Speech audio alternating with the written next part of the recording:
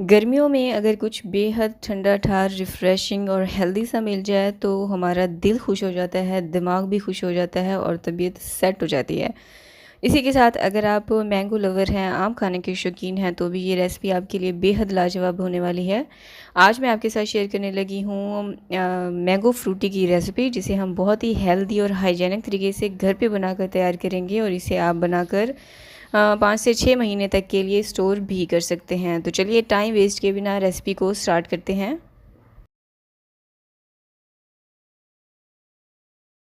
Subscribe करें ice and spice YouTube channel को, साथ में घंटी का बटन प्रेस करके ऑल पे क्लिक करें और पाएं डेली अपडेट। तो जी बिस्मिल्लाह करके रेसिपी स्टार्ट करते हैं। यहाँ पर मैंने लिए हैं 1 किलो आम, 2 मैंने आम लिए हैं और जो तीसरा आम है ना वो थोड़ा सा कच्चा आम मैंने लिया है। अगर आपको कच्चा आम ना मिले तो आप केरी का भी इस्तेमाल कर सकती हैं, लेकिन केरी भी वही बात है, आपने ये देख कर लेनी है कि थोड़ी सी नरम होनी चाहिए, बिल्कुल सख्त वाली केरी नहीं होनी चाहिए। ठीक है, बेसिकली हमें एक कच्चा आम चाहिए। ठीक है, अब इसका छिलका उतार लेंगे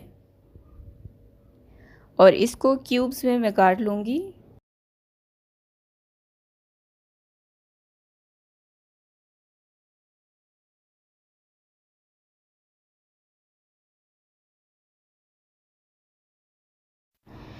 तो यहाँ पर तीनों आम मैंने काट लिए हैं। अब एक जूसर जग लेंगे और ये आम के चंक्स जो हैं इसमें डाल देंगे।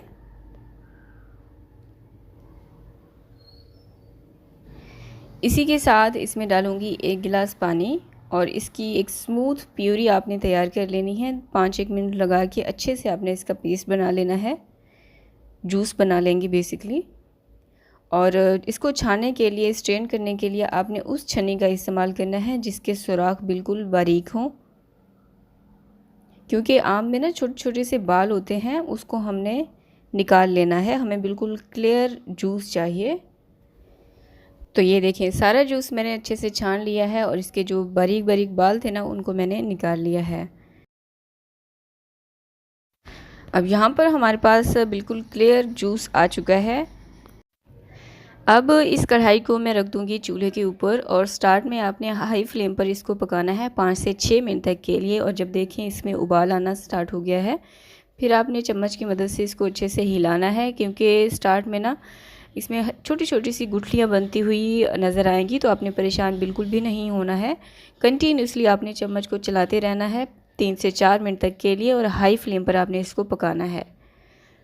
7 से 8 मिनट आपने हाई फ्लेम पर इसको पकाना है और कंटिन्यूसली आपने चम्मच चलाते रहना है। तो 5 से 6 मिनट के बाद आप देखेंगे जो छोटी छोटी गुठलियाँ होंगी ना वो इसमें डिज़ोल्व हो जाएंगी। और इस पॉइंट पर अब मैं इसमें डाल रही हूँ, तकरीबन 10 मिनट हो चुके थे इसको पकते हुए। यहाँ पर मैंने इसमें डाली है चीनी, जो कि थी 3 कप, और अगर इसको ग्राम्स में देखें तो 800 ग्राम के जितना होगा। अब थोड़ी देर आपने चम्मच चलाते रहना है और आप देखेंगे जैसे ही आपने चीनी डाली है ना तो ये जूस थोड़ा सा पतला हो गया है।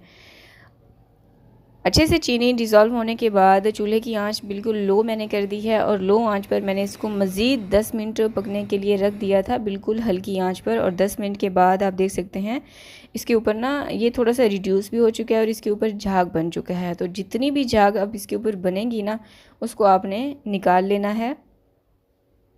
जैसे ही ये पकता जाएगा आप थोड़ी थोड़ी सी इसके ऊपर ना झाग आती जाएगी और आपने इसको रिमूव करते रहना है।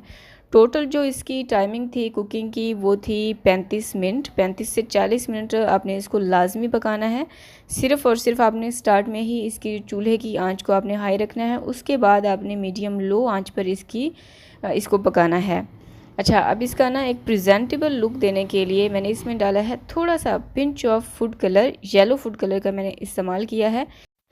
आधा कप पानी लिया, उसमें थोड़ा सा फूड कलर मिक्स किया और वो मैंने इसमें डाल दिया है। अच्छा, मैंने ईमानदारी से आपको बता दिया है कि मैंने इसमें फूड कलर का इस्तेमाल किया है, क्योंकि हमें वीडियो शूट करनी होती है और स्क्रीन पे बहुत ही प्यारा सा कलर दिखाना होता है, इसलिए मैंने कलर का इस्तेमाल किया है। लेकिन अगर आप नहीं डालना चाहें तो आप इसको स्किप भी कर सकते हैं, कोई ज़रूरी नहीं है कि आप भी इसमें फूड कलर डालें।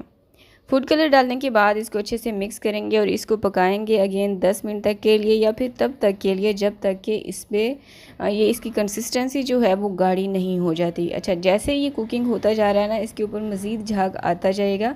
और इस पॉइंट पर मैंने इसमें डाला है 1 खाने का चम्मच सिरका। सिरका आप लाजमी डालिएगा। अगर आपके पास सिरका नहीं है तो आप सिरके की जगह पर लेमन जूस का भी इस्तेमाल कर सकती हैं, लेकिन डालिएगा लाजमी। इससे क्या होगा कि आपके जूस की जो शेल्फ़ लाइफ है ना वो बढ़ जाएगी, यानी आप इसको आराम से 6 से 7 महीने तक के लिए स्टोर कर सकती हैं। सिरका डाला जाए तो वो आपकी चीज़ को ख़राब होने से रोकता है। अब ये इसकी कुकिंग भी हो रही है और साथ साथ ये जो झाग बनता जा रहा है, दरमियान में आता जा रहा है, मैं उसको भी निकालती जा रही थी। और ऑलमोस्ट जूस हमारा बन चुका है। चूल्हे की आंच मैंने बंद कर दी है। इसको रूम टेम्परेचर पर आने दें, यानी कि अच्छा से कम्प्लीटली ठंडा होने दें। और यहाँ पर मेरा फ्रूटी जूस जो है ये बनकर तैयार है। माशाल्लाह से बहुत ही थिक, गाढ़ा और मज़ेदार यमी बनकर तैयार हुआ था। ये देखें, और ये रूम टेम्परेचर पर आ चुका है। जैसे ये ठंडा होता है ना तो ये मज़ीद गाढ़ा हो जाता है। अच्छा, अब इसको स्टोर करने का तरीका ये है कि आपने कोई ग्लास जार लेना है, बोतल लेनी है, उसको अच्छे से आपने वॉश कर लेना है। इस बोतल में ना पानी बिल्कुल भी नहीं होना चाहिए, एक कतरा पानी का नहीं होना चाहिए, अच्छे से खुश्क होने चाहिए। इसमें डालकर अब आप इसको 5 से 6 महीने तक के लिए आराम से फ्रिज में रख कर इसको इस्तेमाल कर सकती हैं, जितना बनाना चाहें बनाएं। और जब भी आपको पीना हो थोड़ा सा ग्लास में डालें, पानी डालें ठंडा ठार, और उसमें मिक्स करके आप इंजॉय करें। मैंने ढेर सारा बर्फ़ लिया है, उसमें थोड़ा सा पानी डाला है क्योंकि मुझे ठंडा ठार चाहिए था। और इस वक्त पूरे दोपहर के 3 बज रहे थे जब मैंने ये जूस बनाया था। ठीक है, तो मैंने ढेर सारी बर्फ़ ली, इसमें थोड़ा सा पानी डाला, जितना आपको जूस चाहिए हो उतना डालें, इसको अच्छे से मिक्स करें और सर्व करें। वीडियो को किस किस ने लाइक किया है ये भी मुझे कमेंट करके बताएं। और अगर आपने अभी तक वीडियो को लाइक नहीं किया तो क्यों नहीं किया, जल्दी से वीडियो को लाइक कीजिए और वीडियो को शेयर भी लाजमी किया करें, और इसे अपने फ्रेंड्स और फैमिली के साथ भी लाजमी शेयर किया करें। अगर आप बाहर से इतने महंगे महंगे ड्रिंक्स भी लेते हैं, वो हमें पता भी नहीं होता कि किस तरह से वो बनाए गए हैं, हाइजीनिक तरीके से बने हुए हैं भी या नहीं।